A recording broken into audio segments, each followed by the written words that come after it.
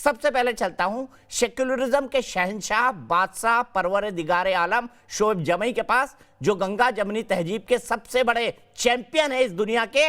मैं सबसे पहले शोएब जमई आपसे जानना चाहता हूं, सबसे पहले कोरोना फैलाने वाले मौलाना साथ थे, अब तो मालूम पड़ रहा है ये गुंडे, बलात्कारी, रेपिस्ट, हत्या करने वाले, जमीन कब्जाने वाले, मंदिरों को तोड़ने वाले, शमशान भूमि को कब्जा करने वाले जमाती हैं। आप तो बचपन से इनको जानते हैं, इनके चरित्र का क्या आपको पता नहीं था शोएब जमई? आप तो बचपन से जमात में जाते हैं, इतने निकृष्ट कार्य हैं, आपको शर्म नहीं आती है देख के? दीपक जी, सबसे पहले तो बहुत शुक्रिया, आपने मेरी तारीफ की है।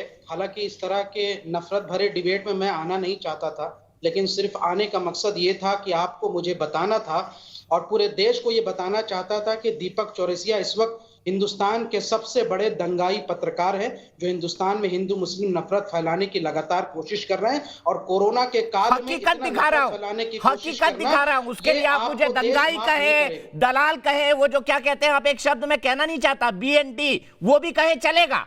आप तो सेक्युलरिज्म के शहंशाह हैं, कल जाइए मेवात में धरना दीजिए ना वहां जाकर। आप तो अंकित शर्मा के घर गए थे, उनकी मां को ये बोलने की आप उनको न्याय दिलाएंगे। जाइए मेवात में न्याय दिलाइए, मीना को न्याय दिलाइए, निधि को जिसको नादिया बना दिया गया, दिलवाएंगे न्याय, बोलिए ना। मैं दंगाई हूं, आप क्या हैं शोएब जमई? अपनी गिरबा में झांक के देखिएगा कभी, आप क्या हैं? मैं बताता हूं मैं क्या हूं। मैं तो वो हूं जो अंकित शर्मा के लिए भी हक इंसाफ की आवाज उठा रहा था, तो निधि के लिए भी मांगिए और मीना के लिए भी मांगिए, वरना आप दोगले हैं।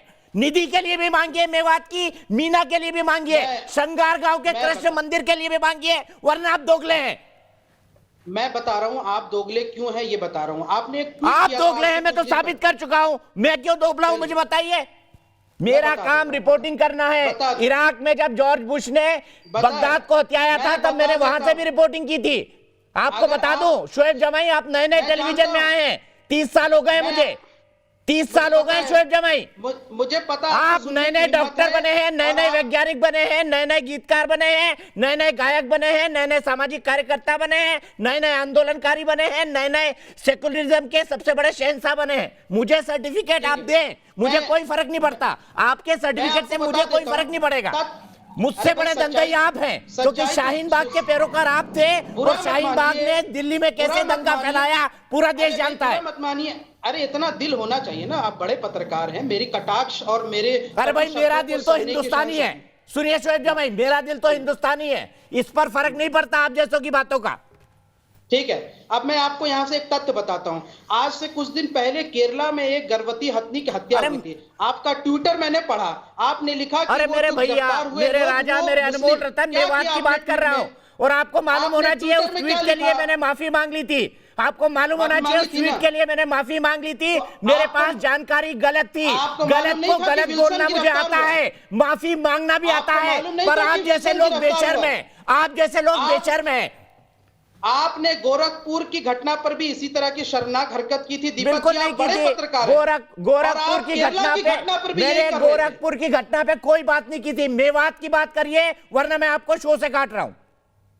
नहीं, मैं मेवात की बात कर रहा हूं। बस आपको बताना यह था कि चूंकि आप एक तरफ एक पक्ष को ही लेके चलते हैं, क्योंकि आपके ट्विटर से भी ये साफ झलकता। मैं कहता हूं कोई कैराना का मामला आया था, आपको याद होगा, बाद में जांच हुई तो पता चला कि जो लोग वहां से पलायन किए थे वो तो अपने कई सारे जो तिजारत की वजह से और बहुत पहले छोड़ के चले गए। ये जो मेवात में, मैं जानता हूं कि मेवात में हिंदू मुसलमान हमेशा से साथ मिलकर के रहते हैं। मैं तो बताइए ना 20% क्यों रह गए हिंदू 50% से? जवाब दीजिए ना। इसलिए बहुत बड़े सेक्युलरिज्म के चैंपियन है आप।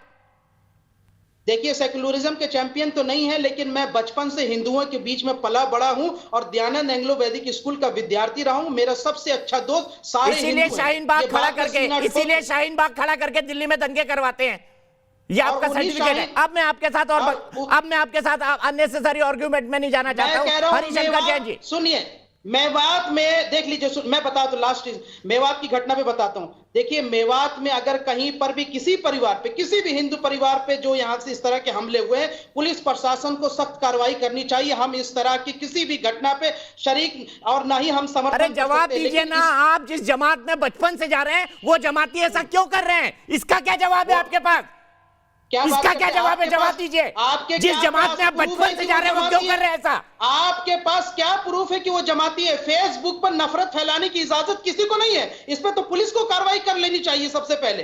फेसबुक पे अगर शोएब जमाई भी नफरत फैलाएगा तो शोएब पुलिस जमाई, कार्रवाई करेगी। शोएब किसी जमाई, को भी नफरत, अगर आप जमात जी। में जाते हैं तो इतना बेसिक जीके आपका होना चाहिए कि तबलीगी जमात का जन्म मेवात से हुआ है और वहां के 90% मेव मुसलमान जमाती हैं। अब मैं आपको एक शब्द भी बोलने की इजाजत नहीं दूंगा क्योंकि आपका आप जानते सामान्य हैं ज्ञान, ये आपका सामान्य ज्ञान आप शून्य मेरी है। जुबान- आपका सामान्य आप ज्ञान मेरी शून्य जुबान है।